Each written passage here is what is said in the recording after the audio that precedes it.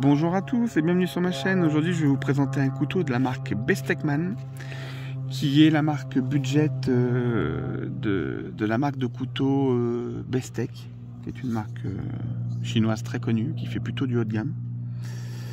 Et donc ce modèle est le modèle Cicada Swing. Alors il existe en plusieurs finitions de manches et de couleurs de lame. Et ça c'est la version G10 noire lame rouge. Voilà, donc c'est un couteau qui arrive dans une boîte classique, hein, Bestechman.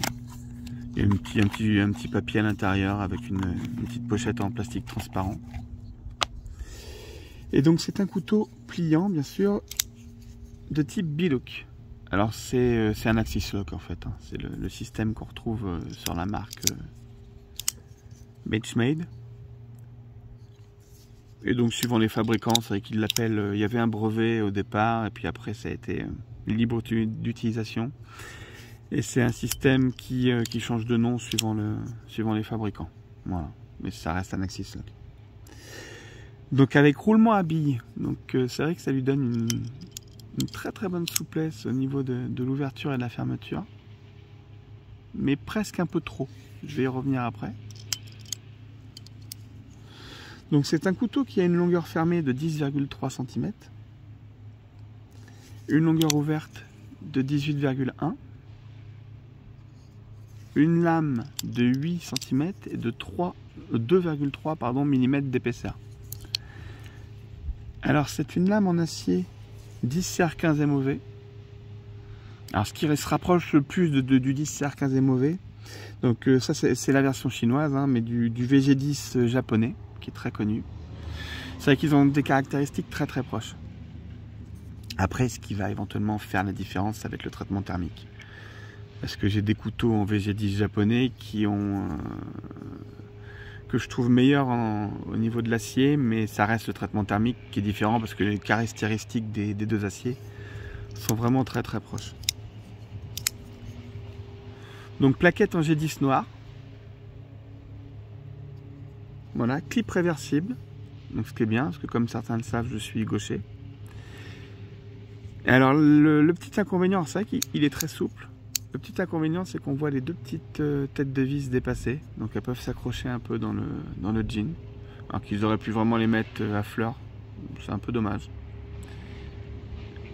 Voilà, et pareil, de ce côté, moi j'aime bien quand les fabricants mettent une petite plaque d'habillage. Ils auraient pu la mettre en rouge en plus, ça aurait fait un petit rappel de la couleur de lame, c'était pas con. Mais bon. Donc ils ont quand même mis les deux vis. Certains parfois en mettent qu'une ou en mettent pas. Mais c'est dommage de laisser quand même ce trou et de ne pas mettre d'habillage. Donc ce couteau est donné pour un poids de 60 grammes. Alors, moi souvent on me demande si j'ai repesé. Je le fais très souvent avant la vidéo. Là je vais le faire avec vous. Hop. Et là je trouve 59. 59, c'est ça. Oui, 58,8. Et là, ah là 58,9, 58,8. Donc ça joue un peu entre les deux. Et là, la balance a été étalonnée, donc elle est juste. Donc moins de 60 grammes. Alors ce qui en fait un couteau vraiment très très léger. Alors dû aussi au fait que les platines, en fait, comme chez Benchmade, les platines s'arrêtent à ce niveau-là. Donc elles font vraiment un tiers de la dimension. Vraiment uniquement pour le système de l'Axis Lock. Et les plaquettes en G10 noir ont été ajourées. Donc on voit, je ne sais pas si on voit bien sur la vidéo, c'est creusé à l'intérieur. Donc c'est vrai que ça c'est plutôt pas mal parce que ça en fait vraiment un couteau que vous oubliez en fond de poche. Et c'est le but d'un EDC pour moi. Alors son inconvénient aussi, c'est ça, c'est la rétention. Vous voyez, il s'ouvre tout seul. Vous bougez un peu, il s'ouvre. Donc ça c'est un défaut du couteau. Alors je ne l'ai pas démonté, je sais que la rétention comme ça sur un Benchmade Reptilan, j'avais réussi en changeant la position du ressort. Il y avait un deuxième trou, on pouvait éventuellement retendre un peu le ressort. Là il faudra que je regarde, mais il a quand même une rétention beaucoup trop importante à mon goût. Et petit défaut également, voilà, c'est que le top spin vient taper dans la lame le top spin de fermeture. Alors, vous avez celui-ci ici, pour l'arrêt de la lame quand il est ouvert. Mais au niveau de la fermeture, vous avez celui qui est ici, qui va venir taper exactement à la base du tranchant. Alors, on le voit là.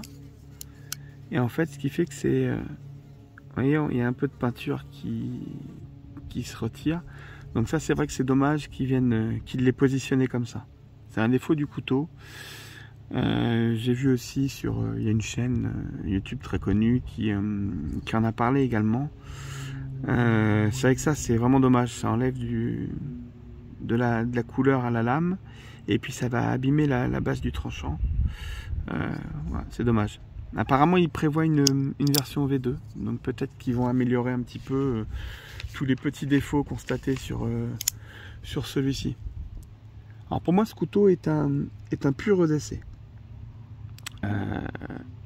Et surtout, je vais y venir pour moi ce qu'est un EDC, et surtout qui n'est pas fait pour préparer de la nourriture.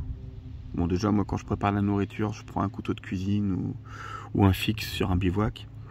Ou éventuellement un modèle un peu plus solide et plus conséquent, voilà. Mais hormis ça, chacun est libre, ça c'est pas un souci. C'est au niveau du revêtement de la lame. Si ça avait été un revêtement céracote, je veux bien.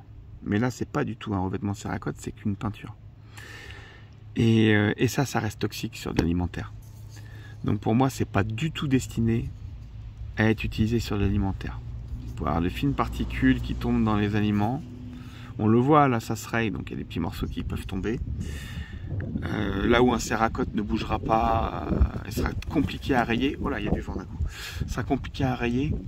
Celui-ci va être beaucoup plus simple à rayer, donc vous allez avoir des petites particules dans l'alimentaire.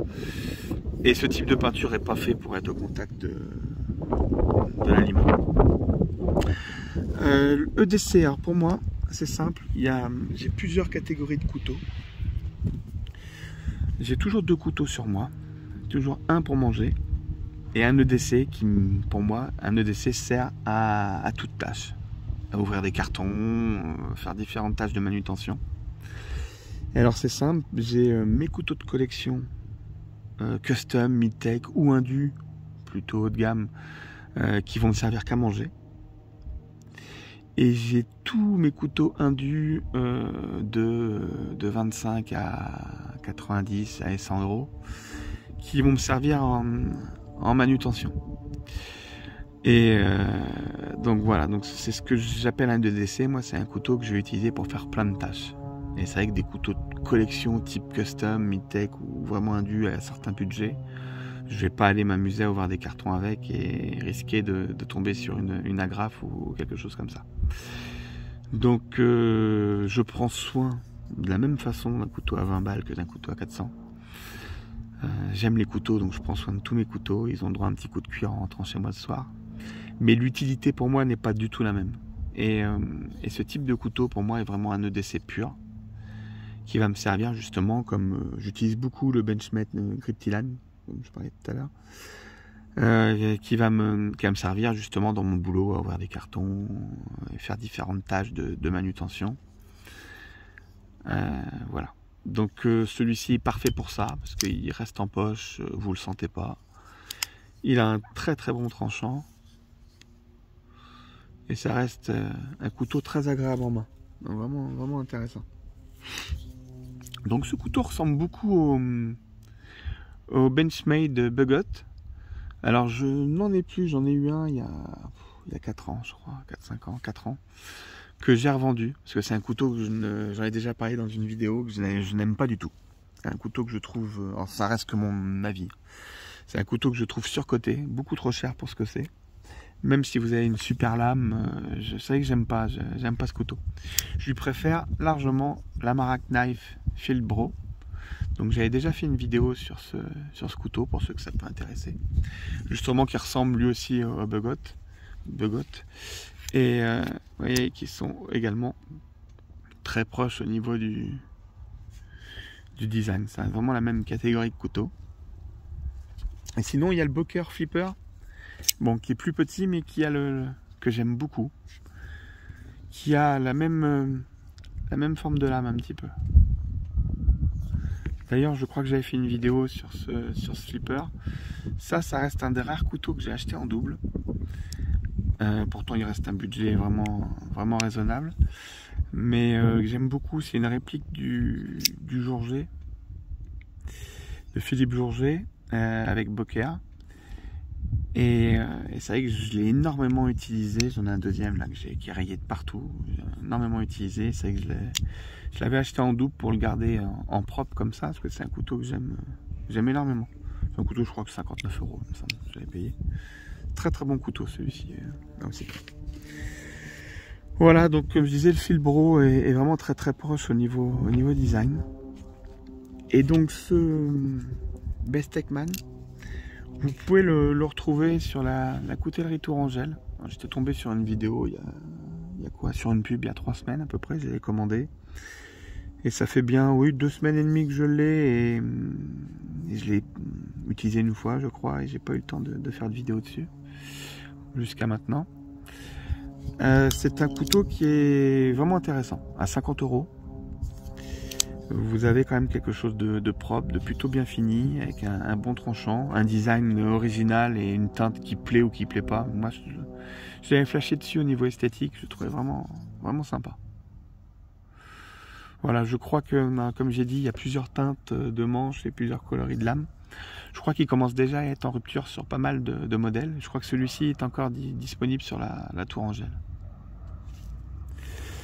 Voilà, donc en tout cas, je vous remercie d'avoir regardé cette vidéo. Je vous dis à très bientôt, et puis surtout, prenez soin de vous.